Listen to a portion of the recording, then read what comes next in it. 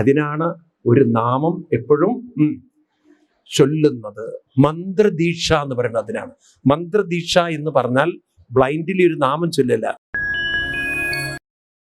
ഞാൻ പറഞ്ഞു, ഭരതൻ രാജ്യം ഭരിക്കാൻ തുടങ്ങിയ കാലഘട്ടത്തിലാണ് ഈ രാജ്യത്തിന് ഭാരതം നാലാമത്തെ അധ്യായത്തിൽ 4ാം അധ്യായത്തിൽ 5ാം സ്കന്ധാണ് വായിക്കുന്നത്. 9ാമത്തെ ശ്ലോകത്തിൽ അത് കാണാൻ നിങ്ങൾക്ക്. ഈ രാജ്യത്തിന്റെ പേര് ഭാരതം എന്നൊരു പേര് വരാൻ എങ്ങനെയാണ് ഇടവന്നത് എന്ന്. ഭാരതം എന്ന പേരിന് പല അർത്ഥങ്ങളുണ്ട്. വലിയൊരർത്ഥം എന്ന് പറയുന്നത് ഭ എന്ന അക്ഷരം അറിവിൻ്റെ, കഴിവിൻ്റെ, കലയുടെ എല്ലാം പ്രതീകമാണ്. ഏത്? ഭ. അതിൽ രതിക്കുന്നവരെ, രതി താല്പര്യമുള്ളവരുടെ, ജിജ്ഞാസുക്കളുടെ നാടാണ് ഏത്? ഭാരതം. ഭാതി സർവശാസ്ത്രേഷു രതി സർവേഷു ജന്തുഷു താരണം സർവേഷു ലോകേഷു തേന ഭാരതം ഉച്യത്തെ എന്നൊക്കെ പൂർവികന്മാർ ഡിഫൈൻ ചെയ്ത് വെച്ചിരിക്കേണ്ടത് നമ്മുടെ ഗ്രന്ഥങ്ങളിൽ. നിൽക്കട്ടെ, ഭരതൻ രാജ്യം ഭരിച്ചു. ഭരതൻ നല്ല രീതിയിലൊക്കെ രാജ്യഭരണമൊക്കെ കൊണ്ടു നടന്ന് അന്നത്തെ കാലഘട്ടത്തിൽ ഒരു ഏജായി കഴിഞ്ഞാൽ മക്കളെ രാജ്യഭാരം ഏൽപ്പിച്ച് ഇവരെല്ലാം തപസ്സിന് വേണ്ടി പോകുന്ന ഒരു കാലം ഉണ്ടായിരുന്നു. അതായത് അവർക്ക് ജീവിതത്തിന്റെ 2 വിഷൻ ഉണ്ടായിരുന്നു. ഒന്ന്, മനസ്സുകൊണ്ട് ഭൗതികമായ കാര്യങ്ങൾ ചെയ്തു തീർത്ത് ആ ഭൗതിക ലോകത്തെ മനസ്സിലാക്കി അതിൽ നിന്നൊരു കാര്യം അവർ ഉൾക്കൊള്ളും. ഭൗതികമായി എന്തൊക്കെ നേടിയാലും മനസ്സിനെ അതുകൊണ്ട് പൂർണ്ണമായി തൃപ്തിപ്പെടുത്താൻ സാധ്യമല്ല. അപ്പൊ പിന്നെ അടുത്ത എൻക്വയറി എന്താ വെച്ചാൽ, ഈ മനസ്സിനെ എങ്ങനെ നമുക്ക് ഒരു പൂർണ്ണതയിലേക്ക് എത്തിക്കാം. അപ്പൊ അവര് ഒരു തപസ്സിന്റെ ജീവിതം തിരഞ്ഞെടുക്കണം. എന്താണ് തപസ്? മനസ്സേതെങ്കിലും അനുഷ്ഠാനത്തിൽ അർപ്പിച്ച് ലയിപ്പിച്ച് അതിൽ തന്നെ രമിപ്പിച്ച് അവസാനം മനസ്സ് തന്നെ നിർലീനമാക്കി. നാരായണ ഗുരുദേവന്റെ ആ വരികൾ, ദൈവദശകത്തിന്റെ അവസാനത്തെ വരികളിൽ അതാണ് അദ്ദേഹം പറയുന്നത്. വാഴണം നിൻമഹസാമാഴിയിൽ ഞങ്ങളാകവേ. ഞങ്ങളങ്ങനെ അതിലേക്ക് ആഴ്ന്നു വാഴട്ടെ. അങ്ങനെ ആഴ്ന്നിറങ്ങി വാഴണം സുഖം എന്ന് അദ്ദേഹം എഴുതി വെച്ചിരിക്കുന്ന പോലെ ഒരാത്മസുഖത്തിലേക്ക് അങ്ങനെ അലിഞ്ഞു ചേരുക. ഇത് മനസ്സിലാക്കിയവരാണ് തപസ്സിന് പോയത്. അങ്ങനെ ഭരതൻ തപസ്സിന് തിരഞ്ഞെടുത്തത് നേപ്പാളിലുള്ള, ഇന്നിപ്പോൾ നേപ്പാളിലാണ് സ്ഥലം, അവിടെ പുലഹാശ്രമം എന്ന് പറയും. അവിടെയാണ് കാളിഗണ്ഡകി നദി. അവിടെ നിന്നാണ് ഈ സാളഗ്രാമങ്ങളൊക്കെ വരുന്നത്. അവിടെയാണ് തിരഞ്ഞെടുത്തത്. ഒരിക്കൽ കുളിക്കാൻ പോകുമ്പോഴാണ് പെട്ടെന്നൊരു കാഴ്ച കാണുന്നത്. ഒരു നിറഞ്ഞ വയറുള്ള മാൻ, പ്രസവമെടുത്ത മാൻ പ്രസവവേദനയായിട്ട് നിൽക്കുമ്പോഴാണ് പുലികളോ മറ്റോ അതിനെ പിടിക്കാൻ വരുന്നതും ജീവന്റെ ആ കുട്ടിയെ രക്ഷിക്കാനുള്ള ആ കൊതിയും ആ കുട്ടിയുള്ള സ്നേഹവും കാരണം ഇതാ രക്ഷിക്കാൻ വേണ്ടി ഓടുന്നു. അതിൽ തന്നെ രക്ഷിക്കാനും ആ കുട്ടിയെ രക്ഷിക്കാനും ആ കാളിഗണ്ഡകിയുടെ തീരത്ത് നിന്ന് നദിയിലേക്കൊരു ചാട്ടത്തിൽ തള്ളമാൻ ചത്തുപോയി. ഈ കുട്ടി പുറത്തു വന്നു. ഈ ചോര കുഞ്ഞിനെ കണ്ടതും രാജാവ് അവിടെ ഇറങ്ങിച്ചെന്ന് ആ കുട്ടിയെ കൊണ്ടുവന്ന് കുളിപ്പിച്ച് പിന്നെ രാജാവ് അതിനെ പ്രൊട്ടക്റ്റ് ചെയ്തു. പിന്നെ ഭാഗവതം പറയുന്നത് പാലന, പോഷണ, പ്രീളന, ലാളന, ആരെ? പ്രസവിച്ച കുഞ്ഞിനെയല്ല, ഈ മാനിനെ. ഇന്ന് ചിലർ കണ്ടില്ലേ, മടിയിലിരുത്തുന്നു, കെട്ടിപ്പിടിക്കുന്നു, കൂടെ കടത്തുന്നു. പട്ടികളെ, മാനിനല്ല. ഈ രീതിയിലൊക്കെ അങ്ങനെ അതിനെ ലാളിച്ച് വളർത്തി. ഈ രാജാവ് കുറേ കഴിഞ്ഞപ്പോഴാണ് മനസ്സിലായത്, മനസ്സിന് ഈ മാനിനെ അങ്ങോട്ട് വിട്ടുപോവാൻ പറ്റാത്തൊരു ബന്ധമുണ്ടാക്കിയിരിക്കുന്നു. അപ്പം അദ്ദേഹത്തിന് മനസ്സിലായി, മനസ്സ് മാനിൻ്റെ ഒരു സ്മരണയിൽ നിന്നാൽ മനസ്സിൽ ഏത് ഇമേജാണോ കൂടുതലുള്ളത്, മനസ്സിൽ ഏത് ഇംപ്രഷനാണോ നിൽക്കുന്നത്, മനസ്സ് ഏതൊരു ചിന്തയിലാണോ നിൽക്കുന്നത്, അതിനനുസരിച്ച് വരും അടുത്ത ഒരു ജന്മം എന്നതാണ്. അതായത് മനസ്സിന് മരണമില്ല. There is no death for the mind. കാരണം mind is an energy can't be destroyed. അപ്പം നാശമില്ലാത്ത ഒന്ന് വീണ്ടും റീസൈക്കിൾ ചെയ്യപ്പെടണം. അത് എനർജിക്ക് നാശമില്ലെങ്കിൽ അത് മറ്റൊരു ജന്മമായി മാറണം. പലപ്പോഴും ഈ കാര്യത്തിൽ നമുക്കൊരു വ്യക്തതയില്ല, സയൻസിനും വ്യക്തതയില്ല. പക്ഷെ ഒരു ചോദ്യത്തിന് ഉത്തരം സയൻസിന് തരാൻ പറ്റിയിട്ടില്ല. അതായത് കുഞ്ഞു വാവകൾ, ഞാൻ പറയുന്നത് ഒരു 6 മാസം 7 മാസമൊക്കെ ആകുമ്പോൾ സമയത്ത്, അതിന് മുമ്പ് തന്നെ സ്വപ്നം കണ്ട് പേടിച്ച് കരയുന്ന കുട്ടികളുണ്ട്, ഇല്ലേ? ശ്രദ്ധിച്ചിട്ടുണ്ടോ? സ്വപ്നത്തിൽ ചിരിക്കുന്ന കുട്ടികളുണ്ട്. ഈ സ്വപ്നം എന്ന് പറയുന്നത്, എൻ്റെ ചോദ്യത്തിന് നിങ്ങൾ ഉത്തരം തരണം, ഇത് അമ്മയിൽ നിന്ന് കിട്ടുന്ന സ്വപ്നങ്ങളാവാൻ വഴിയുണ്ടോ? വഴിയുണ്ടോ? ഇല്ല, ഒട്ടും ഉണ്ടാവാൻ വഴിയില്ല. അച്ഛനിൽ നിന്ന് കിട്ടാനുള്ള വഴിയുണ്ടോ?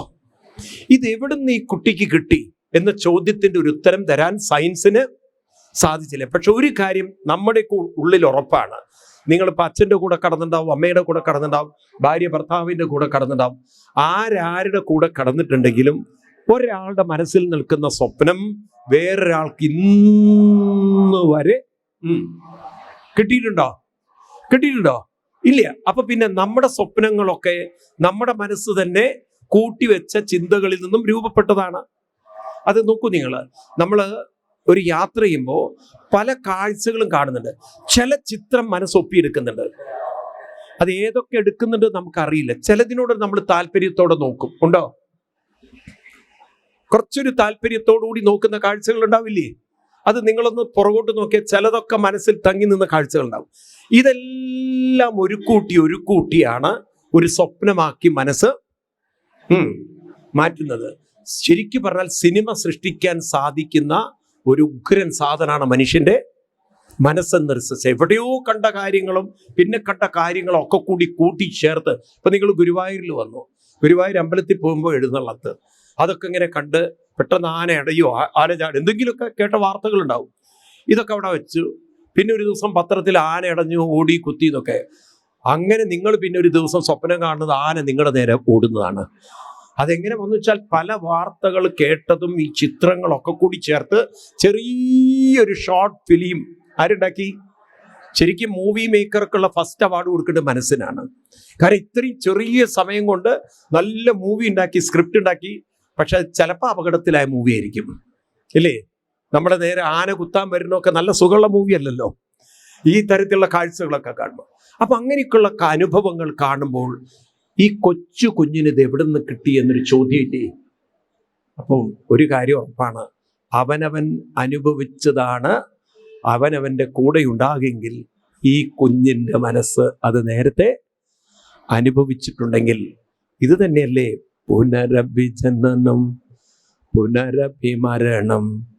ഇനി നോക്കൂ, പലരും പറയും ഇനി നിങ്ങൾ പൂർവ്വജന്മം ഉണ്ട് എന്നുള്ളതിന് എന്താ തെളിവ്? നമുക്ക് ഓർമ്മയില്ലല്ലോ.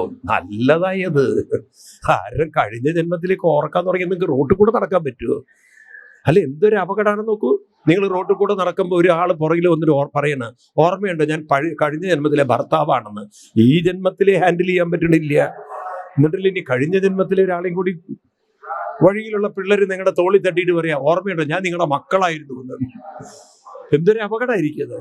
അപ്പൊ ഒരു കണക്കിന് നമുക്ക് ഓർമ്മയില്ലാത്തത് നോക്കൂ, ഓർമ്മയില്ല എന്ന് പറഞ്ഞിട്ട് യാഥാർത്ഥ്യമില്ല എന്ന് പറയാൻ പറ്റില്ല. സ്വപ്നങ്ങൾ കാണുന്ന ഫയലുകളൊക്കെ ഉള്ളിലില്ല എന്ന് നിഷേധിക്കാൻ പറ്റുമോ? പക്ഷെ അതൊന്നും ജാഗ്രത അവസ്ഥയിൽ ഉണർന്നിരിക്കുന്ന സമയത്ത് നമുക്ക് കാണാൻ പറ്റില്ല. പക്ഷെ those files are zip files ഒക്കെ അവിടെ ഉണ്ട്, സ്റ്റോറേജിൽ ഉണ്ടോ? ഇതുപോലെ കഴിഞ്ഞ ജന്മങ്ങളുടെ അനുഭവങ്ങളൊക്കെ ഉള്ളിലുണ്ട്. ഈ അനുഭവങ്ങളാണ് മനുഷ്യന് ജന്മം തരുന്നെങ്കിൽ വല്ലാതെ പട്ടിയെ മടിയിലിരുത്തി അതിനെ ചക്കരെ മുത്തേ പൊന്നെ എന്നൊക്കെ പറഞ്ഞ് വിളിച്ച് കൊണ്ടു നടന്നാൽ, പാലന പീളന പോഷണ ലാളന ഒക്കെ കൊണ്ടു നടന്നാൽ അടുത്ത ജന്മം ഞാനത് പറഞ്ഞിട്ടില്ല, നിങ്ങൾക്ക് തീരുമാനിക്കാം എന്താവണം എന്നുള്ളത്. പട്ടിയാവണോ പൂച്ചയാവണോ എന്നൊക്കെ നിങ്ങൾക്ക് തീരുമാനിക്കാം. അതുകൊണ്ടാണ് ചില പട്ടികൾ എന്ത് കൃത്യതയിൽ ആ സ്നേഹത്തിലൊക്കെ കാണുന്നത്. നിങ്ങൾ നോക്കൂ, നിങ്ങൾ ചില പട്ടികൾക്ക് നിങ്ങളോട് സ്നേഹം കാണുമ്പോൾ അപ്പം മനസ്സിലാക്കണം ഏതോ ബന്ധാണെന്ന്. മനസ്സിലായില്ലേ? ഇതൊക്കെ നമ്മുടെ ജീവിതത്തിൽ സത്യമായിരിക്കാം. അത് ചിലതൊക്കെ നല്ല അനുസരണമുള്ള പട്ടികളൊക്കെ ഇല്ലേ, ഉണ്ടോ ഇല്ലയോ? അതൊക്കെ മനുഷ്യ ജീവിതത്തിൽ കാണാൻ സാധിക്കും. അങ്ങനെ ഇവിടെ ഭരതൻ ഒരു മാനായി, പിന്നെ അതിൽ നിന്ന് വിട്ട് വീണ്ടും ഒരു മനുഷ്യജന്മം എടുത്ത് അങ്ങനെ അദ്ദേഹം ജഡഭരതനായി. അമ്മയുടെ വയറ്റിലിരിക്കുമ്പോൾ തന്നെ അദ്ദേഹത്തിന് ബോധോദയുണ്ടായി. അതായത് ഈ മനസ്സാണ് സകല ദുരിതങ്ങളും ഉണ്ടാക്കുന്നത്. അതുകൊണ്ട് മനസ്സിന്റെ ഒരു താളം തെറ്റാൻ ഞാൻ ഒരിക്കലും അനുവദിക്കില്ല. ഒരു അനുഷ്ഠാനത്തിൽ തന്നെ പിടിച്ചു നിന്ന് അങ്ങനെ ആളൊരു അവധൂതനായി പോവുകയാണ്. പിന്നീട് അങ്ങനെ അവധൂതനായി പോകുന്ന ഒരു കാലഘട്ടത്തിൽ ഒരിക്കൽ അദ്ദേഹത്തിന് നരബലി കൊടുക്കാൻ കൊണ്ടുപോകുന്ന കഥയുണ്ട്. കാളി വിഗ്രഹത്തിൽ നിന്നും കാളി വന്ന് ഈ ഭരതനെ രക്ഷിക്കുന്ന ഒരു കഥയുണ്ട്. പക്ഷെ നമ്മൾ കാണുന്ന കഥ ഇവിടെ എന്താണെന്ന് വെച്ചാൽ, ഒരിക്കൽ ഭരതൻ ഇങ്ങനെ യാത്ര ചെയ്യുമ്പോഴാണ്, ആ കാലഘട്ടത്തിൽ സിന്ധു സൗവീരം എന്നൊരു രാജ്യമായിരുന്നു. രാജാവായിരുന്നു രഘുഗണ രാജാവ്. അപ്പൊ രഘുഗണ രാജാവിന് ഒരു ആശ്രമത്തിൽ പോകണം, കപിലാശ്രമം എന്തോ ആണ്. അവിടെ പോകാൻ വേണ്ടി പല്ലക്കിൽ അദ്ദേഹത്തിനെ കൊണ്ടുപോകുമ്പോൾ പല്ലക്ക് ചുമക്കുന്ന ഒരുത്തിന് വയറുവേദന വന്നപ്പോൾ അവൻ പറഞ്ഞു, രാജൻ എനിക്ക് ചുമക്കാൻ ബുദ്ധിമുട്ടുണ്ട് എന്ന്. ശരി, എന്നാ വേറൊരുത്തിനെ കണ്ടുപിടിക്കുന്നു. അപ്പോഴാണ് ഈ പാവം ഭരതൻ ആ വഴിക്ക് പോകുന്നത്. ഭരതനാണെങ്കിൽ വേറൊരു ലോകത്തിൽ ജീവിക്കുന്ന ആള്. ഭരതന്റെ തോളിൽ ഈ പല്ലക്ക് കൊടുത്തു. ഭരതനാണെങ്കിലോ തൻ്റെ കാൽ ചുവട്ടിൽ വല്ല ജൈവജാലങ്ങളും പെടരുതേ എന്ന് പ്രാർത്ഥിക്കുന്ന ആളാണ്. വല്ല ഉറുമ്പിനെയൊക്കെ കണ്ട ഒറ്റ ചാട്ടം അപ്പുറത്തേക്ക്. ഈ കഴുത്തിലൊരു പല്ലക്കിന്റെ കാലുണ്ടെന്നും ഇതിലൊരു മനുഷ്യനിരിക്കുന്ന തലമുട്ടിയിട്ട് അയാൾ കിടന്ന് അലറുണ്ട്, മര്യാദയ്ക്ക് ചുമക്കണോ, മര്യാദയ്ക്ക് ചുമക്ക്. അപ്പോഴേക്കും ഭരതൻ നോക്കുമ്പോണ്ട് ഒരു സ്ഥലത്ത് ഉറുമ്പ് വളഞ്ഞും പിരിഞ്ഞൊക്കെയാ പോണത്. അങ്ങോട്ടൊരു ചാട്ടം, ഇങ്ങോട്ടൊരു ചാട്ടം, ചവിട്ടാതിരിക്കാനേ, ഉറുമ്പിനും ചവിട്ടാതിരിക്കാൻ. മൂന്നാമത്തെ ചാട്ടത്തിൽ രാജാവ് പുറത്തൊരു ചാട്ടം. രാജാവ് കല്ലൊക്കെ നിന്ന് പുറത്ത് വീണു. രാജാവിനങ്ങോട്ട് കലി വന്നു. നീ ആരാന്നാ വിചാരിച്ചിരിക്കും, ഞാൻ രാജാവാണ്, ശിക്ഷിക്കും എന്നൊക്കെ പറഞ്ഞപ്പോൾ ഭരതൻ അങ്ങനെ പൊതുവെ വർത്തമാനമില്ലാത്ത ഒരാളാണ്. അവിടെ വെച്ച് രാജാവിന് ഒരു ഉപദേശം കൊടുക്കുകയാണ്. രാജൻ, അങ്ങയ്ക്ക് എന്നെ സ്പർശിക്കാൻ സാധ്യമല്ല. എന്നാൽ അങ്ങനെ ഒരു അഹങ്കാരത്തിലോ ധാർഷ്ട്യത്തിലോ അല്ല. രാജൻ, അങ്ങയ്ക്ക് എന്നെ രാജാവ് ഒരു നിമിഷം ആദ്യമായിട്ടാണ് ഒരു രാജാവിന്റെ മുഖത്ത് നോക്കി ഒരു പ്രജ പറയുന്നത്, അങ്ങയ്ക്ക് എന്നെ സ്പർശിക്കാൻ സാധ്യമില്ലാന്ന്. രാജാവ് ആ കണ്ണുകളിലേക്ക് നോക്കി. അപ്പൊ മനസ്സിലായത് ഒരു ചെറിയ ആളല്ല, എന്തോ ഒരു പ്രത്യേകതയൊക്കെ ഉണ്ടെന്ന്. രാജാവ് കൈകൂപ്പിക്കൊണ്ട് പറഞ്ഞു, ഞാൻ അങ്ങയുടെ മഹത്വം മനസ്സിലാക്കാതെയാണ്, ഞാൻ അവിവേകത്തിലായിരിക്കും പറഞ്ഞിട്ടുണ്ടാവുക. പക്ഷെ അങ്ങ് പറഞ്ഞത് എനിക്കിങ്ങോട്ട് മനസ്സിലായില്ല. എന്താണ് അങ്ങ് എന്നെ സ്പർശിക്കാൻ പറ്റില്ല എന്ന് പറഞ്ഞത് എന്ന്. ആ കാര്യത്തിന് മറുപടി കൊടുക്കുകയാണ്. ഭാഗവതത്തിലെ അതിഗംഭീരമായൊരു ഭാഗമാണ് 5-ാം സ്കന്ധത്തിലെ 11, 12, 13 അധ്യായങ്ങൾ. ഈ 11-ാമത്തെ അധ്യായത്തിൽ 6-ാമത്തെ ശ്ലോകം അതൊന്ന് പഠിച്ചു വെക്കേണ്ട ശ്ലോകമാണ്. ഇതാണ് പറയണ ദുഃഖം സുഖം വ്യതിരിക്തം ച തീവ്രം കാലോപപന്നം ഫലമാവനക്തി ആലിംഗ്യമായാരജിതന്തരാത്മാ സ്വദേഹിനം സംസ്ഥിതി ചക്രകൂട. എന്താ പറയുന്നത്? ദുഃഖം സുഖം വ്യതിരിക്തം ച തീവ്രം. അപ്പൊ ദുഃഖം സുഖം വ്യതിരിക്തം ച തീവ്രം എന്താ പറയുന്നത്? ജീവിതത്തില് സുഖം, സുഖത്തിന്റെ തീവ്രമായ സുഖം, അതുപോലെ ദുഃഖം, ദുഃഖത്തിന്റെ തീവ്രമായ ദുഃഖം, ഇതിങ്ങനെ എല്ലാവരുടെ ജീവിതത്തിലും കടന്നു വരും. മീൻസ് അനുകൂലമായതും പറയൂ, പ്രതികൂലമായതും. ഇന്ന് നമ്മളെ പൊക്കാൻ ആളുകളുണ്ടാവും, നാളെ ഇടിച്ച് താഴെ ഇടാനും ആളുകളുണ്ടാവും. ഇന്ന് നമുക്ക് അനുകൂലമായ ആരോഗ്യമുണ്ടാവും, നാളെ എന്താണ് നമുക്കറിയില്ല, അല്ലേ? കാരണം ജീവിതം അതാണ്. കൂടിയല്ല ജനിക്കുന്ന നേരത്തും കൂടിയല്ല മരിക്കുന്ന നേരത്തും മധ്യ ഇങ്ങനെ കാണുന്ന നേരത്ത് മത്സരിക്കുന്നതെന്തിനു നാം. എന്ത് നല്ല സത്യങ്ങളാ പറയുന്നത്, അല്ലേ? അതുപോലെ തന്നെയല്ലേ പറയുന്നത്? എത്ര വലിയ സത്യമാണ് നോക്കൂ. ഇന്നലെയോളം എന്തെന്നറിഞ്ഞില്ല, ഇനി നാളെയോ എന്തെന്നറിഞ്ഞില്ല, ഇന്നീ കണ്ട തടിക്കു വിനാശവും എപ്പോഴെന്നറിഞ്ഞില്ല. പിന്നെ പറയുന്നത് 2-4 ദീനം കൊണ്ടൊരുത്തനെ മാളിക മുകളേറിയ മന്നന്റെ തോളിമാറാപ്പൂ. ഇതൊക്കെ ഡെയിലി കണ്ടുകൊണ്ടിരിക്കുന്നവരാ നമ്മൾ ആണ്. ഇത് നമുക്ക് ജീവിതത്തിന്റെ ചില യാഥാർത്ഥ്യങ്ങളെ കടന്നു പോവേണ്ടതുണ്ട്, അനുകൂലവും പ്രതികൂലവും. ഇവിടെയാണ് പഠിപ്പിച്ചു കൊടുക്കുന്നത്. പക്ഷെ if your mind is stable, if your mind is stronger, if your mind is balanced, നിങ്ങൾക്ക് കുറേ കൂടി ഈസി ആയിട്ട് ജീവിതത്തെ കൊണ്ടുപോകാം. മൈൻഡ് വീക്കാവുമ്പോൾ ജീവിതവും പ്രോബ്ലത്തിലാണ്. പറഞ്ഞു കൊടുക്കുകയാണ്, മനസ്സിലാണ് ഈ അനുഭവങ്ങൾ വന്ന് സ്വാധീനിക്കുന്നത്. എവിടെയാണ്? മനസ്സിലാണ്. ആ മനസ്സിന് ഇപ്പം നോക്കൂ, വാട്ടർ പ്രൂഫ് എന്ന് പറയുന്ന പോലെ, ഇപ്പൊ വാട്ടർ പ്രൂഫ് ഉള്ള ഒരു സാധനത്തിൽ വെള്ളം കയറി അബ്സോർബ് ചെയ്യില്ല. ഉണ്ടോ? ഇപ്പൊ നിങ്ങളൊക്കെ വീട്ടിൽ ബാത്റൂമിലൊക്കെ അടിയിൽ വാട്ടർ പ്രൂഫ് ഇട്ട് കഴിഞ്ഞാൽ വെള്ളം താഴോട്ട് സീവേജ് ഒരിക്കലും വരില്ല, അത് ഒരിക്കലും ലീക്കേജ് വരില്ല. വരുമോ? എന്നതുപോലെ ഈ മനസ്സിലാണ് അനുഭവങ്ങൾ വരുന്നത്. ശ്രദ്ധിക്കുക നിങ്ങൾ, ദുഃഖം മനസ്സിൽ വന്നില്ലെങ്കിൽ ദുഃഖമുണ്ടോ? മനസ്സിൽ ദുഃഖം റിഫ്ലക്ട് ചെയ്തില്ലെങ്കിൽ ദുഃഖമുണ്ടോ? ഇല്ല. സുഖം മനസ്സിൽ റിഫ്ലക്ട് ചെയ്തില്ലെങ്കിൽ സുഖമുണ്ടോ? അപ്പൊ മനസ്സിൽ ഇത് വരുന്നു, മനസ്സതിനെ കംപ്ലീറ്റ്ലി അബ്സോർബ് ചെയ്യുന്നു, അല്ലേ? അതുകൊണ്ടാണ് നമ്മൾ പറയുന്നത്, ഞാൻ മെന്റലി ലോസ്റ്റ് അല്ലെങ്കിൽ മെന്റലി അപ്സെറ്റായി, ടെൻഷനായി, എനിക്ക് വളരെ വിഷമം തോന്നി, എന്നെ വല്ലാതെ വേദനിപ്പിച്ചു. ഇതൊക്കെ മെന്റലി അല്ലേ? ആണോ? ഇനി നിങ്ങളുടെ മൈൻഡിനൊരു നമ്മൾ വാട്ടർ പ്രൂഫ് കോട്ടടിക്കുന്ന പോലെ നിങ്ങൾക്ക് ഇത്തരത്തിലുള്ള ഒരു പ്രശ്നങ്ങളും തട്ടാത്തൊരു കോട്ടിങ് അടിച്ചിട്ടാണ് നിങ്ങൾക്ക് മൈൻഡ് തന്നിരിക്കുന്നതെങ്കിൽ എങ്ങനെയിരിക്കും മൈൻഡ്? എങ്ങനെയിരിക്കും നിങ്ങളുടെ എക്സ്പ്രഷൻ? എങ്ങനെയിരിക്കും? നിങ്ങൾ പറയും, എന്ത് വന്നാലും ഇപ്പോൾ അതൊന്നും ബാധിക്കുന്നില്ല. അത് ഒരു മെച്യൂരിറ്റി ലൈഫിൽ വരുമ്പോൾ കുറേയൊക്കെ കാര്യങ്ങളെ നിസ്സാരമായിട്ട് എടുക്കാൻ നമുക്ക് പറ്റും. ആണോ? ഒരു കൊച്ചു കുട്ടിയുടെ കയ്യിൽ ഒരു മുറിവ് പറ്റിക്കഴിഞ്ഞാൽ കുട്ടിക്ക് അത് ഭയങ്കര വേദനയാണ്. നാട്ടുകാരെ മുഴുവൻ വരെ കാണിച്ചു കൊടുക്കും, ഇല്ലേ? അത് വരുന്നവർക്കൊക്കെ കാണിച്ചു കൊടുക്കും.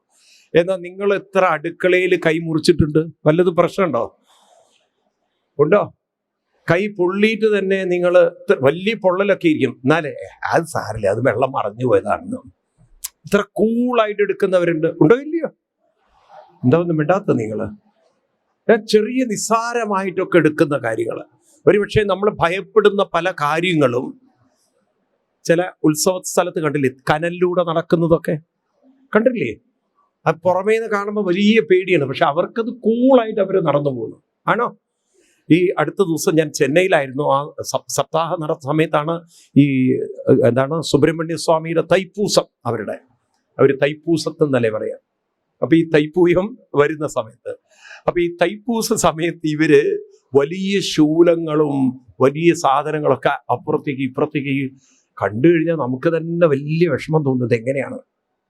അത് തോളിലൂടെയൊക്കെ കണ്ടിട്ടുണ്ടാരെങ്കിൽ ഈ കാഴ്ച കണ്ടിട്ടുണ്ടോ? ഒരു പേടിയില്ല, ഒരു ഭയവുമില്ല. നിങ്ങൾ നോക്കൂ, പാമ്പിനെ പേടിയുള്ള കുറെ ആൾക്കാരില്ലേ? നിങ്ങൾ ഇല്ലേ? എന്നാൽ ഈ പാമ്പിനെ കൂടെയൊക്കെ വെച്ചിറക്കും എന്നൊക്കെ പറഞ്ഞ പാട്ടൊക്കെ പാടി അതിനെ തോളിലിടണോ, അതിനെടുത്ത് ഉമ്മ വെക്കുന്നു, അതിനെ വെച്ചിട്ട് അല്ലേ? ആണോ? ഇല്ലയോ? ഞാൻ ഒരിക്കലും ആഫ്രിക്കയിൽ പ്രോഗ്രാമിന് പോയ സമയത്ത് അവിടെ ഈ മസായി ഒരു മസാറ എന്ന് പറഞ്ഞ സ്ഥലത്ത് എന്ത് മസാറയാണ് ഒരു സ്ഥലം പോട്ടെ, അവിടെ ഈ സിംഹങ്ങൾക്ക് ഭക്ഷണം, അവിടെ ഒരു കാഴ്ച ബംഗ്ലാവില് ഒരു സിംഹത്തിന് പോയി കൊടുക്കുകയാണ്. ചിന്തിക്കാൻ പോലും പറ്റില്ല നമുക്ക്. മനസ്സിലായില്ലേ എങ്ങനെ ഇവർക്ക്? അപ്പൊ അവരുടെ മൈൻഡ് അത് ട്രെയിൻഡ് ആണ്. ഇപ്പൊ നോക്കൂ, ആന എത്ര പേരെ തൂക്കി അങ്ങോട്ട് അയച്ചിട്ടുണ്ട്, എന്നാലും പാപ്പന്മാർക്ക് വല്ല പേടിയുണ്ടോ? കൂളായിട്ടില്ല അവർ കുട്ടികളുടെ അടുത്തേക്ക് പോകുന്ന പോലെ അതിൻ്റെ അടുത്തേക്ക് പോകണു. പേടിയുണ്ടോ? അതിൻ്റെ അടുത്തേക്ക് പോകാൻ ചെറിയൊരു പേടി നിൽക്കില്ലേ? കാണുമ്പോഴൊക്കെ കുഴപ്പമില്ല, നല്ല ചന്തമുണ്ട്, ഒക്കെ കാണാനൊക്കെ ഭംഗിയുണ്ട്. പക്ഷെ അടുത്തേക്ക് എല്ലാം പറഞ്ഞാൽ കയ്യും കാലും ഒക്കെ ഒന്ന് ഇത് എന്ത് ചെയ്യുന്നറിയില്ല, തട്ടുമെന്നറിയില്ലല്ലോ. മനസ്സിലായില്ലേ? എന്ന് പറഞ്ഞ പോലെ ഇവിടെ മനസ്സൊന്ന് പ്രിപ്പയർ ചെയ്ത് മാറ്റിക്കഴിഞ്ഞാൽ അനുഭവങ്ങളുടെ തീവ്രത നമുക്ക് എങ്ങനെയുള്ള മൈൻഡാണ് വേണ്ടത്? സുഖം വരുമ്പോൾ ഓവറായിട്ട് എക്സൈറ്റഡും ആവരുത്, ദുഃഖം വരുമ്പോൾ ഓവറായിട്ട് ഡിപ്രസ്ഡും ആവരുത്. അതൊരു നല്ല ക്വാളിറ്റി മൈൻഡ് അല്ലേ? ആണോ? പറയൂ. ഇപ്പം നിങ്ങൾ കല്യാണം കഴിക്കാൻ ഒരു പ്രായം അങ്ങനെ വിചാരിക്കാം, നിങ്ങളെ ചെറുപ്പാണ് വിചാരിക്കുക. അപ്പം അവിടെ ചെക്കന്മാരെ ഷോപ്പ് ചെയ്യാം. ഇവിടെ സ്ത്രീകളാണ് കൂടുതൽ, അതുകൊണ്ട് അങ്ങനത്തെ ഒരു എക്സാമ്പിൾ പറയുന്നത്. ആണുങ്ങളെ നിങ്ങൾക്ക് ഷോപ്പ് ചെയ്യാൻ പറ്റുന്ന ഒരു സംഭവം ഉണ്ടെന്നിരിക്കാം, മാട്രിമോണിയൽ ഷോപ്പിംഗ്. അപ്പം അതിൽ എഴുതി വെച്ചിട്ടുണ്ട്, വലിയ കുറച്ച് ഫ്ലോർ ഉണ്ട്. ഒന്നാമത്തെ ഫ്ലോറിൽ നല്ല പൈസ ഉണ്ട്, പക്ഷെ മൈൻഡ് ഒട്ടും ശരിയല്ല, മൂരുടൻ സ്വഭാവം. ഭയങ്കര ദേഷ്യക്കാരൻ. ഇതിൽ വേണമെങ്കിൽ സെലക്ട് ചെയ്യാം. നിങ്ങൾ നോക്കി, നല്ല പൈസയാണ്, ഒരു പൈസയ്ക്കും കുറവില്ല, പക്ഷെ സ്വഭാവം ഒട്ടും ശരിയല്ല. പിന്നെ നിങ്ങൾ അടുത്ത ഫ്ലോറിലേക്ക് കയറിയപ്പം അവിടെ നല്ല വിദ്യാഭ്യാസമാണ്, എല്ലാം ഹൈലി ക്വാളിഫൈഡ് ആണ്, പക്ഷെ മെന്റലി ഒട്ടും ശരിയല്ല. എപ്പോൾ വേണമെങ്കിലും അപ്സെറ്റ് ആവാം, ഇമോഷണലി വളരെ മോശമാണ്. അപ്പം അത് നോക്കിയപ്പോൾ കൺഫ്യൂഷൻ വരില്ലേ, ഏതാ വേണ്ടതെന്നുള്ളത്? വരൂ ഇല്ലയോ? ചെറിയൊരു ഡൗട്ട് വരില്ല, ഇതിലേതാ വേണ്ടതെന്നുള്ളത്. അപ്പം അടുത്ത ഫ്ലോറിലേക്ക് ഇവിടെ എഴുതി വെച്ചിട്ടുണ്ട്, അവിടെ വിദ്യാഭ്യാസവും ഉണ്ട്, സമ്പത്തുമുണ്ട്. ഏതുണ്ട്? അതുമുണ്ട്. പക്ഷെ ഭയങ്കര തലക്കനം, അങ്ങനെ ഒരു പ്രശ്നമുണ്ട്. അപ്പം നിങ്ങൾക്ക് വായിച്ചപ്പം കാര്യം വിദ്യാഭ്യാസമൊക്കെ വേണം, പക്ഷെ തലക്കനം ഉണ്ടെങ്കിൽ എങ്ങനെയാണ് ഇപ്പം ഇത് മാനേജ് ചെയ്യുക എന്നുള്ളൊരു സംശയം. കുറച്ച് ഒരു ഫ്ലോറും കൂടിയും ഉണ്ട്. അപ്പം അവിടെ എഴുതി വെച്ചിട്ടുണ്ട്, നല്ല അത്യാവശ്യം വിദ്യാഭ്യാസമുണ്ട്, അത്യാവശ്യമൊക്കെ ജീവിക്കാനുള്ള കഴിവുണ്ട്, മെൻ്റലി വളരെ മെച്യൂർഡാണ്, പക്വതയുണ്ട്. നിങ്ങളിതിൽ ഏതിന് ഓപ്റ്റ് ചെയ്യും? ഒന്നാമത്തെ ഫ്ലോറിൽ നിന്ന് തന്നെ പോവോ? രണ്ടാമത്തെ ഫ്ലോറിൽ കുറച്ചുകൂടി വിദ്യാഭ്യാസം ഉണ്ട് എന്ന് എഴുതുമ്പോൾ അങ്ങോട്ട് നോക്കുമോ? ഇല്ല. ഒന്നാമത്തെ ഫ്ലോർ കൊണ്ട് തീർക്കുമോ? ഇല്ല. രണ്ടാമത്തെ ഫ്ലോറിലേക്ക് കയറില്ലേ? കയറുമോ ഇല്ലയോ? രണ്ടാമത്തെ ഫ്ലോറിൽ നിന്ന് പിന്നെ മൂന്നാമത്തെ ഫ്ലോറിലേക്ക് കയറുമോ? കയറുമോ ഇല്ലയോ? നാലാമത്തേലേക്ക് കയറുമോ? കാരണം എല്ലാവരും ആത്യന്തികമായി ആഗ്രഹിക്കുന്നത് മെന്റലി കുറേയും കൂടി പക്വതയുള്ള ഒരാളെയാണ്. ആണോ? ഇതിലേക്ക് എത്തണ്ടേ നമ്മൾ? ഈ ഒരു സപ്താഹം കൊണ്ട് നമ്മൾ നേടിയെടുക്കാൻ പോകുന്നത് അങ്ങനൊരു മാനസികാവസ്ഥയാണ്. സപ്താഹം കഴിഞ്ഞാൽ എന്താ കിട്ടുക എന്ന് ചോദിച്ചു കഴിഞ്ഞാൽ പായസം കിട്ടുമെന്ന് വിചാരിക്കരുത്. സപ്താഹം കഴിഞ്ഞാൽ എന്താ കിട്ടുക എന്ന് ചോദിച്ചു കഴിഞ്ഞാൽ എന്ത് തന്നെ അനുകൂലമായി വന്നാലും ഓവർ എക്സൈറ്റഡ് ആവാത്തതും, എന്ത് തന്നെ പ്രതികൂലമായി വന്നാലും ഒട്ടും മെന്റലി ഡിപ്രസ്ഡും ആവാത്ത ഒരു മൈൻഡ് നിങ്ങൾക്ക് വേണം. എത്ര പേർക്ക് അത് വേണമെന്നുണ്ട്? ഇതാണ് ഭാഗവതത്തിന്റെ ലക്ഷ്യം, ഇതാണ് ഭാരത ആത്മീയത എന്ന് പറയുന്നത്. ഇത് കിട്ടിയിരുന്നെങ്കിൽ പിന്നെ നിങ്ങൾക്ക് ജീവിതത്തിൽ എന്താ വിഷമമുള്ള, ആരെന്ത് പറഞ്ഞാലും ഒരു പ്രശ്നമില്ല. നോക്കൂ, നിങ്ങളിവിടെ ആനയെ കാണുന്നില്ലേ? കാണാറില്ലേ? ഡെയിലി ആനയെ കൊണ്ടുവരും. ഇനിയിപ്പോൾ വരും, കുറച്ച് കഴിഞ്ഞാൽ വരും അടുത്ത ഇതിനുള്ളത്. അപ്പം ആനയെ കൊണ്ടുപോകുമ്പോൾ ഇവിടെ നിന്ന് അങ്ങോട്ട് പോയി ആ മമ്മിയൂരിലേക്ക് അങ്ങോട്ട് എത്തുമ്പോഴേക്കും വഴിയിലുള്ള പട്ടികളൊക്കെ അതിനെ കണ്ട് കുരയ്ക്കും. പട്ടികൾ അവിടെ വെറുതെ അതിനെ കണ്ടാൽ കുരയ്ക്കും. ഇന്ന് വരെ ഈ ആന പട്ടിയെ നോക്കി നിനക്കെന്താടാ എൻ്റെ കാര്യത്തിൽ കാര്യം? ഹൈ, ആനയ്ക്ക് ഒരു മൈൻഡില്ല, നീ കുരയ്ക്ക്, എന്ത് വേണം ചെയ്തോളൂ. ആന അങ്ങനെ ഒരു കുരയുണ്ടെന്ന് പോലും പറയൂ ഭാവിക്കുന്ന പ്രശ്നമില്ല. അത്ര അൺഡിസ്റ്റർബ്ഡ് ആയിട്ട് പോകുന്ന ഒരു ആന കണ്ടിട്ടില്ലേ നിങ്ങൾ? എന്നാൽ നേരെ മറിച്ച് ഒരു പട്ടിയാണ് അതിലെ പോകുന്നെങ്കിലോ, ഒരു പട്ടിയാണ് അതിലെ പോകുന്നത്, വേറെ പട്ടി അതിനെ നോക്കി കുരയ്ക്കുന്നെങ്കിൽ അത് നോക്കി നിൽക്കോ? അങ്ങോട്ട് കുറച്ച് ബഹളം വെക്കുവോ? എന്താ ഒന്നും മിണ്ടാത്തത്? ബഹളം വെക്കൂല്ലയോ? അല്ലേ? പട്ടിയുടെ സ്വഭാവം അതാണ്. ഇനി നിങ്ങൾ സ്വയം ചോദിക്കുക, നിങ്ങളിതിലേതാണെന്ന്.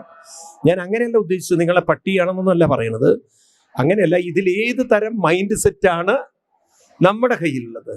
നമ്മളൊരു ഡിസ്റ്റർബ്ഡ് മൈൻഡ് സെറ്റാണോ അൺഡിസ്റ്റർബ്ഡ് ആണോ?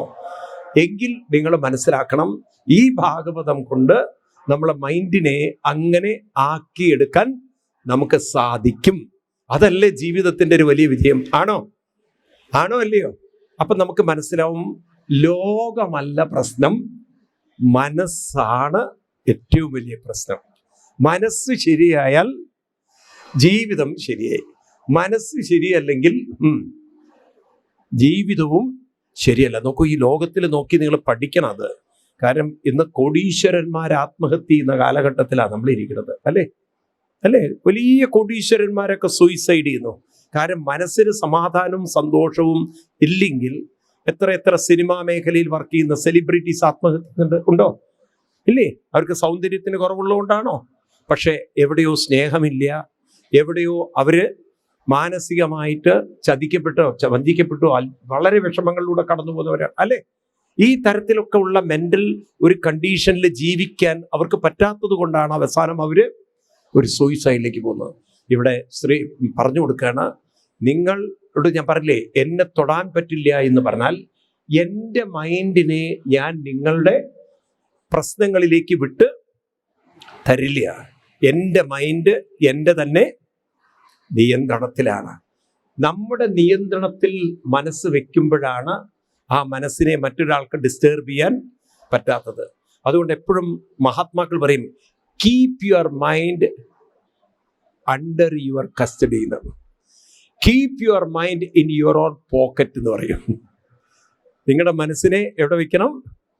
നിങ്ങളുടെ പോക്കറ്റിൽ. അതിന് വേറൊരാൾക്ക് എടുക്കാൻ ഒരിക്കലും ഇപ്പൊ നിങ്ങൾ പാസ്വേഡ് നിങ്ങളുടെ കയ്യിലല്ലേ വെക്കുക? എന്താ ഒന്നും മിണ്ടാത്തത്? നാട്ടുകാരോടൊക്കെ വിളിച്ചു പറയുമോ? അല്ലെങ്കിൽ പിന്നെ ഈ സർദാർജിമാരെ കുറിച്ചാണ് നമ്മൾ തമാശ പറയാം. നിങ്ങൾ കേട്ടില്ലേ സർദാർജിന്റെ അങ്ങനെ ഒരു തമാശ പറയും, ഈ സർദാർജിമാർ ഇത്തിരി മൂള കുറവാണെന്നാണ്. ചില സമയത്ത് സത്യമാണ് തോന്നുട്ടോ. എനിക്കൊരു അനുഭവം ഉണ്ട്. ഞാനൊരിക്കൽ ചെന്നൈയിൽ നിന്ന് ബോംബെക്ക് പോവാണ്. അപ്പോൾ എൻ്റെ അടുത്തൊരു സർദാർജി ഇരുന്നത്. അതിൽ കുറേ നേരം അദ്ദേഹത്തിൻ്റെ വാച്ച് നോക്കി. എന്നിട്ട് കുറച്ച് കഴിഞ്ഞിട്ട് എന്നോട് പറയും, ബാബാജി അഭി ടൈം കിത്തന ഹോ ഗയാന്ന്. സമയം എത്രയെന്ന്. അപ്പം ഞാൻ ആപ്കെ പാസ് വാച്ച് ദേഖി ആപ്കെ. അപ്പം പറഞ്ഞു, ഏത് 2 दिन हो गया अभी तक नहीं काम करता है. 2 ദിവസത്തേക്ക് കാം ചെയ്യില്ലേ, ഇത്ര പണിയെടുക്കില്ല. ഞാൻ ചോദിച്ചു, അഭി കൈസെ മാലു हो गया आपको എന്ന്. അല്ല, ഇപ്പോഴാണ് എനിക്കത് മനസ്സിലായത് പണിയെടുക്കണില്ല എന്നുള്ളത്. അപ്പോൾ നമുക്ക് ലേശൊരു മൂള വേണ്ടേ? സമ്മതിച്ചു, തൊഴുതുപോയി ഞാൻ അദ്ദേഹത്തെ. അപ്പോൾ ഒരിക്കലും ഇങ്ങനെ ഈ സർദാർ ഇങ്ങനെ ഈ ATM ഒന്ന് കാശെടുക്കുകയാണ്, കാർഡ് വെച്ചിട്ട്. അപ്പം ഇദ്ദേഹം പാസ്വേഡ് ഇട്ട സമയത്ത് പുറകിലുള്ള ആൾ പറഞ്ഞു, ഞാൻ നിങ്ങളുടെ പാസ്വേഡ് കണ്ടു എന്ന്. പാസ്വേഡ് ഞാൻ കണ്ടു എന്ന്. അപ്പം ചോദിച്ചു, എന്താ കണ്ടതെന്ന്. Star star star star. അപ്പം ഇദ്ദേഹം പറഞ്ഞു കൊടുക്കുക, അല്ല നിങ്ങൾക്ക് തെറ്റാണ്, 4642 എന്ന്. വൃത്തി കൊടുത്തില്ലേ? വൃത്തിയില്ലേ എന്ന് പറയുന്ന പോലെ അത്ര മൂളില്ലാത്തവരായിരിക്കണം. എന്നാലേ നമ്മൾക്ക്. അപ്പം നമ്മുടെ പാസ്വേഡ് നമ്മൾ ആർക്കും ഷെയർ ചെയ്യാത്ത പോലെ അല്ലേ? ഷെയർ ചെയ്യാറുണ്ടോ? അപ്പം നിങ്ങളൊക്കെ ഫോൺ ഒരു പക്ഷേ മക്കളോട് പറയേ സെഡ് വരച്ചാൽ മതി, എല്ല് വരച്ചാൽ മതി അല്ലേ? എനിക്ക് പറഞ്ഞു കൊടുക്കാറില്ലേ? ഉണ്ടോ ഇല്ലയോ? ചില സ്ത്രീകൾ ഈ എന്താണ് ഭർത്താവിൻ്റെയൊക്കെ ഫോണുണ്ടല്ലോ, സംശയത്തോടുകൂടി നോക്കുന്നവര്. അപ്പം ഈ ഭർത്താവാണെങ്കിൽ തംപ്രിൻ്റ് ഒക്കെ വെച്ചായിരിക്കും ഇതിൻ്റെ ഓക്കെ ചെയ്തിട്ടുണ്ടാവുക. അപ്പം ഇത് ഭാര്യയ്ക്ക് കാണാൻ പറ്റില്ല, എടുക്കാൻ പറ്റില്ലല്ലോ. അപ്പം കിടന്നുറങ്ങുമ്പോഴാണ് പോയി അമർത്തിയിട്ടുണ്ടാവുക. ഈ മനുഷ്യൻ കിടന്നുറങ്ങും പോയി തലവരലൊക്കെ അമർത്തി തുറക്കും. ഇതെങ്ങനെ ഒരു ദിവസം ഈ ഭർത്താവ് മനസ്സിലാക്കി, ഞാൻ അറിയാതെ ഇവളെൻ്റെ, പിന്നെ ഇത് തുറക്കാനേ പറ്റുന്നില്ല. ഭാര്യ ആവും പാടും ശ്രമിച്ചു. പിന്നൊരിക്കൽ ഇദ്ദേഹം തുറക്കുമ്പോഴാണ് ഭാര്യ മനസ്സിലാക്കി. ഇദ്ദേഹം എന്താ അറിയോ, കാലിൻ്റെ വിരലുകൊണ്ട് അത് ഓഫ് ചെയ്യുന്നത്. കൈയുടെ വിരൽ മാറ്റിയിട്ട് കാലിൻ്റെ വിരലുകൊണ്ട്. ആരും പ്രതീക്ഷിക്കില്ലല്ലോ, ആരും പ്രതീക്ഷിക്കില്ല ഇല്ല. ചില ആളുകളുടെ ഈ ചെരുപ്പ് അമ്പലത്തിൽ പോകാത്തതിൻ്റെ കാരണം എന്താണ്? ഒരു ചെരുപ്പ് പടിഞ്ഞാറ് കറി, ഒരു ചെരുപ്പ് കിഴക്കേ നടയിലും കൊണ്ടുപോയിരുന്നു. പിന്നെ അവൻ്റെ ചെരുപ്പ് ആരെടുത്തുകൊണ്ട് പോകണോ എന്ന് പറഞ്ഞ പോലെ അങ്ങനെയുള്ള ബുദ്ധിമാന്മാരുണ്ട്. അപ്പോൾ ഇവിടെ അവനവൻ്റെ പാസ്വേഡ് നമ്മൾ ഷെയർ ചെയ്യാത്ത പോലെ ഈ മനസ്സിനെ നമ്മൾ മറ്റുള്ളവർക്ക് കളിക്കാനുള്ള ഗ്രൗണ്ടാക്കി മാറ്റരുത്. Keep your mind always with you. അതെങ്ങനെയാണ് സാധിക്കുക? മൈൻഡ് എന്ന് പറയുന്നത് തോട്ട്സ് ആണ്. അപ്പം അതിനെ ഒരു തോട്ട്സ് ആക്കി കൊണ്ട് നടക്കണം. അതിനാണ് ഒരു നാമം എപ്പോഴും ചൊല്ലുന്നത്. മന്ത്രദീക്ഷ എന്ന് പറയുന്നത് അതിനാണ്. മന്ത്രദീക്ഷ എന്ന് പറഞ്ഞാൽ ബ്ലൈൻഡിൽ ഒരു നാമം ചൊല്ലില്ല. ഈ മന്ത്രം കൊണ്ട് മൈൻഡിനെ നമ്മുടെ കസ്റ്റഡിയിൽ, കൺട്രോളിൽ വെക്കാനാണ് എപ്പോഴും. ഏതെങ്കിലും ഒരു വെറുതെ അമ്മേ നാരായണ, ദേവി നാരായണ, ലക്ഷ്മി നാരായണ, ഭദ്ര ഇങ്ങനെ ചൊല്ലിക്കൊണ്ടിരിക്കുക. അത് കുറേ കഴിഞ്ഞാൽ അതിലൊരു ലയം വരും. ഈ മദ്യപാനികൾക്ക്, ഡ്രഗ്സ് അഡിക്ട്സിനെ കിട്ടില്ലേ, അതിലൊരു ലയം. ഇതുപോലെ മന്ത്രത്തിലൊരു ലയം വന്നാൽ, സത്യം പറയുകയാണെ, ഇതൊരു വലിയ അനുഭൂതിയാണത്. സമയം പോകുന്നത് തന്നെ അറിയില്ല. എത്ര പേർക്ക് ഞാൻ പറയുന്നത് അനുഭവമുള്ളവരുണ്ട്. കുറേ കഴിഞ്ഞാൽ അതൊരു ഭയങ്കര ലഹരിയാണത്. നാമത്തിൽ അങ്ങനെ ലയിച്ച് മണിക്കൂറുകൾ. നോക്കൂ, നമ്മൾ ഈ പ്രഭാഷണം തന്നെ എത്ര സമയം പോകുന്നതേ അറിയില്ല. പട്ടാർന്ന് പോകും. കാരണം അതിലൊരു ലയം വന്നു കഴിഞ്ഞാൽ, അതിലൊരു രുചി വന്നു കഴിഞ്ഞാൽ, അന്യത്രസ്യാൽ രതി ക്വചിത് എന്ന് പറയും.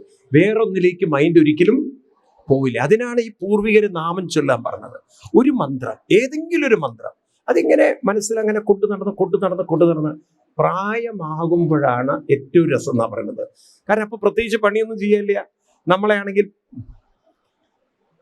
പണ്ടത്തെ ഡിമാൻഡ് ഉണ്ടാവില്ല. കാരണം ഇത് ഏറെക്കുറെ പഞ്ചറായി 15 കൊല്ലം കഴിഞ്ഞ വണ്ടിയാണ്. ഇനി ഇത് പൊളിക്കാനേ പറ്റുള്ളൂ, ആക്രിക്കാർക്കേ പറ്റുള്ളൂ, അല്ലേ?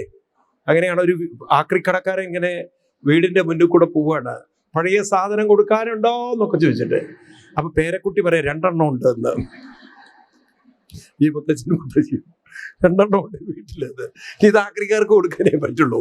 അപ്പൊ കുറെ കഴിഞ്ഞാൽ ഇനി നമ്മളെ കൊണ്ട്, പക്ഷെ ആ സമയമാണ് ആരും നിങ്ങളെ ഉപദ്രവിക്കാത്തൊരു സമയം, അല്ലേ? ആണോ? ആകെയുള്ളൊരു പ്രശ്നം ആയയുടെ പണി എടുക്കേണ്ടി വരും എന്നുള്ളതാണ് ചിലർക്ക്. എന്നുവെച്ചാൽ കുട്ടികളെ നോക്കേണ്ടതുണ്ടാവും.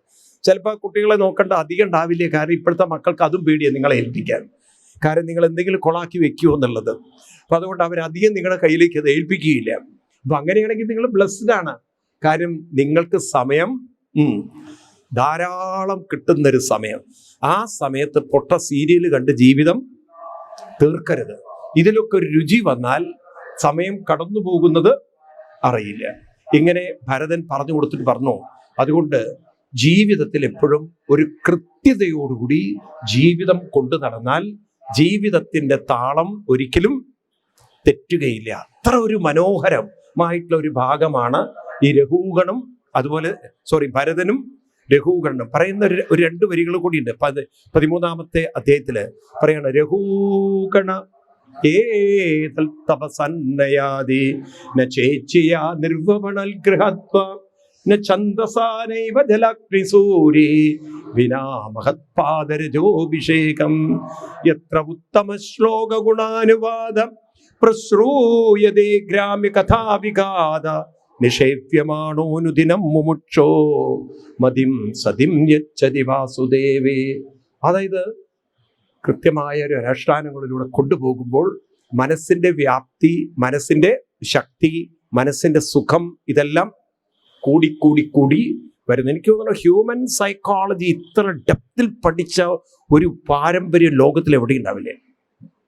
ഇപ്പം നമ്മുടെ മനസ്സുണ്ടല്ലോ, വാസ്തവത്തിൽ ആ മനസ്സെന്ന് പറയുന്നത് നമ്മൾ വിചാരിക്കുന്നത് നമുക്ക് അറിയാം എന്നുള്ളതാണ്. പക്ഷെ ഈ മനസ്സെന്ന് പറയുന്നത് നമ്മുടെ നിയന്ത്രണത്തിൽ നിന്നും വളരെ വിട്ടിട്ടാണ്. അത് പല കാര്യങ്ങളിലേക്ക് അങ്ങനെ പോയിക്കൊണ്ടേയിരിക്കുക, പല ചിന്തകളിലേക്ക് പോയിക്കൊണ്ടിരിക്കുകയാണ്. അപ്പൊ ഈ മനസ്സിന് അങ്ങനെ ഒരു അവസ്ഥ വന്നു കഴിഞ്ഞാൽ എന്താ ഉണ്ടാവുമെന്ന് വെച്ച് കഴിഞ്ഞാൽ മനസ്സിന്റെ ശക്തി പ്രായമാകും തോറും ചോർന്ന് അതാണ് ഈ പ്രായം പെട്ടെന്ന് പലരെയും അലട്ടുന്നത്. കാരണം മനസ്സ് വേണ്ടാത്ത ചിന്തകളിലൂടെ ഊർജം ഒരുപാട് കൺസ്യൂം ചെയ്തു പോകുന്നുണ്ട്. അതറിയണേയില്ല നമ്മൾ. ശരിയാണോ? ആവശ്യമില്ലാത്ത ചിന്തകൾ, അതാണ് ഈ പ്രായം ചിലരെ പെട്ടെന്ന് ബാധിക്കുന്നത്. ഇപ്പൊ നിങ്ങളെന്നും പ്രായം ബാധിക്കരുത് നിങ്ങൾ ആഗ്രഹിക്കുന്നില്ലേ? ആഗ്രഹമില്ലേ നിങ്ങൾക്ക്? ആഗ്രഹമുണ്ടോ ഇല്ലയോ? എല്ലാവർക്കും ആഗ്രഹമുണ്ട്. അതല്ലേ കളറൊക്കെ അടിച്ച് നമ്മൾ കൊണ്ട് നടക്കുന്നത്. നമ്മളെല്ലാവരും ചെറുപ്പാവണം എന്ന് നിങ്ങളൊക്കെ ആഗ്രഹിക്കുന്നുണ്ട്. പക്ഷെ ഈ മനസ്സ് അനാവശ്യമായി നോക്കൂ. ഇതിപ്പോ നിങ്ങൾക്ക് മനസ്സിലാവും. നിങ്ങളുടെ മൊബൈൽ ബാറ്ററി, ഈ മൊബൈലിനകത്ത് നിങ്ങൾ ഒരുപാട് സെർച്ച് നടത്തി പല ഫയലുകളും ഓപ്പൺ ചെയ്ത് അതിന്റെ ബാക്ക്ഗ്രൗണ്ടിൽ കിടക്കുന്നുണ്ടെങ്കിൽ നിങ്ങൾക്ക് അറിയില്ല. ഈ ബാക്ക്ഗ്രൗണ്ട് ഫയലുകൾ ആക്റ്റീവ് ആണെങ്കിൽ ബാറ്ററി പെട്ടെന്ന് പട്ടേന്ന് പറഞ്ഞ് തീർന്നിട്ടുണ്ടാവും. കാരണം ഈ ബാക്ക് ഫയലുകളൊക്കെ വളരെ ആക്റ്റീവായിട്ട് കിടക്കുകയാണ്. മനസ്സിലായില്ലേ? നേരെ മറിച്ച് നിങ്ങളെ ബാക്ക് ഫയൽ ഹിസ്റ്ററി എന്നൊരു പാർട്ടുണ്ട്, അത് പോയി ഒക്കെ ക്ലീൻ ചെയ്ത് കഴിഞ്ഞാൽ അപ്പോൾ ബാക്ക് ഫയലുകളൊക്കെ കുറയും തോറും ബാറ്ററിയുടെ കപ്പാസിറ്റിയും ഒക്കെ കുറയും. മനസ്സിലായില്ലേ? ആവശ്യകത കുറയും, അല്ലെങ്കിൽ ഇത് കൂടുതൽ കൺസ്യൂം ചെയ്യും. ഇതുപോലെ മനസ്സിൽ ഒരുപാട് ബാക്ക് ഫയലുകൾ കണ്ടമാനം തുറന്നു കിടക്കുകയാണ്. നമുക്കറിയില്ല ഏതൊക്കെയാണ് തുറന്നു കിടക്കുന്നത്. അപ്പൊ ഈ ഫയലുകളൊക്കെ തുറന്നു കിടക്കുന്നതാണ് നമ്മുടെ ഊർജത്തെ കുറയ്ക്കുന്നതെങ്കിൽ ഒരു നിരന്തരമായ ഉപാസന കൊണ്ട് ആ മനസ്സിന്റെ ഒരു ശക്തി കൂട്ടിക്കൊണ്ടുവന്ന് നമ്മുടെ ജീവിതത്തിന്റെ വാർദ്ധക്യത്തെ പോലും നമുക്ക് തടയിടാൻ സാധിക്കുന്നതാണ്. മനസ്സ് വിചാരിച്ചാൽ യൗവനത്തിലെത്താൻ സാധിക്കുന്നതാണ്. അങ്ങനെ ഒരു ചികിത്സയുണ്ട്, കായകൽപ്പ ചികിത്സ എന്ന് കേട്ടിട്ടുണ്ടോ നിങ്ങൾ? വെരി എക്സ്പെൻസീവ് ആയിട്ടുള്ള ചികിത്സയാണ്.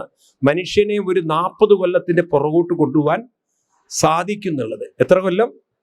എനിക്കറിയില്ല അതിന് എത്ര കൊല്ലം പുറകോട്ട് കൊണ്ടുപോകാൻ പറ്റുമെന്ന്. പക്ഷെ അതിന് ഭയങ്കര ചെലവുണ്ടെന്ന് ഞാൻ കേട്ടിട്ടുണ്ട്. 40-50 ലക്ഷം ചെലവഴിക്കണം. അത് ഇവിടെ ഇല്ല. ഒറ്റപ്പാലത്ത് എവിടെയുള്ള ഒരു കുടി കിട്ടിയിട്ടുള്ളത്. അവിടെ മാത്രമേ ഡോക്ടർ സേതുമാധവൻ എന്ന് പറയുന്ന അദ്ദേഹത്തിൻ്റെ കയ്യിലെ ആ സാധനം ഉള്ളൂ എന്ന് കേരളത്തിൽ. വളരെ അത്യപൂർവമായൊരു ചികിത്സയാണ് ഈ കായകൽപ്പ ചികിത്സ. ഞാൻ അവിടെ പോയപ്പോൾ അദ്ദേഹം പറഞ്ഞത് ഇതുവരെ 3 പേരെ ചികിത്സിച്ചുള്ളത്, 3 പേരും വിദേശികളാണെന്ന്. അപ്പോൾ ഒരാൾക്കും ഇവിടെ ചികിത്സിക്കാൻ എല്ലാവർക്കും ആഗ്രഹമുണ്ട്. പലരും മലയാളി വന്നിട്ടുണ്ട്, ധാരാളം മലയാളികൾ. പക്ഷെ അവർ കാശിൻ്റെ ചിലവ് കേൾക്കുമ്പോൾ വിചാരിക്കും എന്നാൽ പിന്നെ അടുത്ത ജന്മം ആദ്യം തുടങ്ങാമെന്ന്. ആരും 35-40 ലക്ഷം ചിലവഴിച്ചൊരു 40 വയസ്സ് അതിങ്ങനെ ശരിക്കും അയാൾ കാണിച്ചു തന്നെ എനിക്ക് ഫോട്ടോ. ആ ഡോക്ടർ ഈ നരച്ച മുടിയൊക്കെ നല്ല കറുത്ത മുടിയിട്ട് പെയിന്റ് തേക്കാതെ, ഒരു പെയിന്റും വേണ്ട, അത്ര ഗോദ്രേജ് കമ്പനി ഒന്നും അല്ലത്, ഒറിജിനൽ കറുത്ത മുടിയൊക്കെ ആയിട്ട്. അതേപോലെ തന്നെ തൊലിയുടെ ആ ഒരു സ്കിന്നൊക്കെ വളരെ ടൈറ്റായിട്ട്. അപ്പം ആ ചുളിഞ്ഞ മുഖമൊക്കെ ഒന്ന് മാറി നല്ലൊരു. ഇനി ഞാനിതൊക്കെ കൂടെ പറഞ്ഞാൽ നിങ്ങൾ അഡ്രസ്സ് മേടിക്കാൻ വരും. കാരണം എല്ലാവർക്കും പിന്നെ ഇപ്പം ഭാഗവതല്ലിനും കുഴപ്പമില്ല, ഞങ്ങൾക്ക് അതൊന്നും കണ്ടാൽ തിരക്കിടില്ല. അപ്പം ഞാൻ പറഞ്ഞു വരുന്നത്, മനസ്സിൻ്റെ ചുളിവ് നികന്നാൽ ശരീരത്തിൻ്റെ ചുളിവും മാറ്റിയെടുക്കാം. ഏറ്റവും നല്ലത് ഏതാണ്? ഏത് ചുളിവ് മാറ്റലാണ് ഏറ്റവും നല്ലത്? ഏത് ചുളിവ് മാറ്റലാണ്? മനസ്സിൻ്റെ ചുളിവ് മാറ്റലാണ്, അല്ലേ? അങ്ങനെ മനസ്സിനെ നമ്മൾ അതിൻ്റെ ഊർജ സംരക്ഷണം, ഇപ്പം നാമം ചൊല്ലുന്നതൊക്കെ അതിൻ്റെ ഒരു ഊർജ സംരക്ഷണം, അങ്ങനെ മാറ്റിയെടുക്കാൻ സാധിക്കും.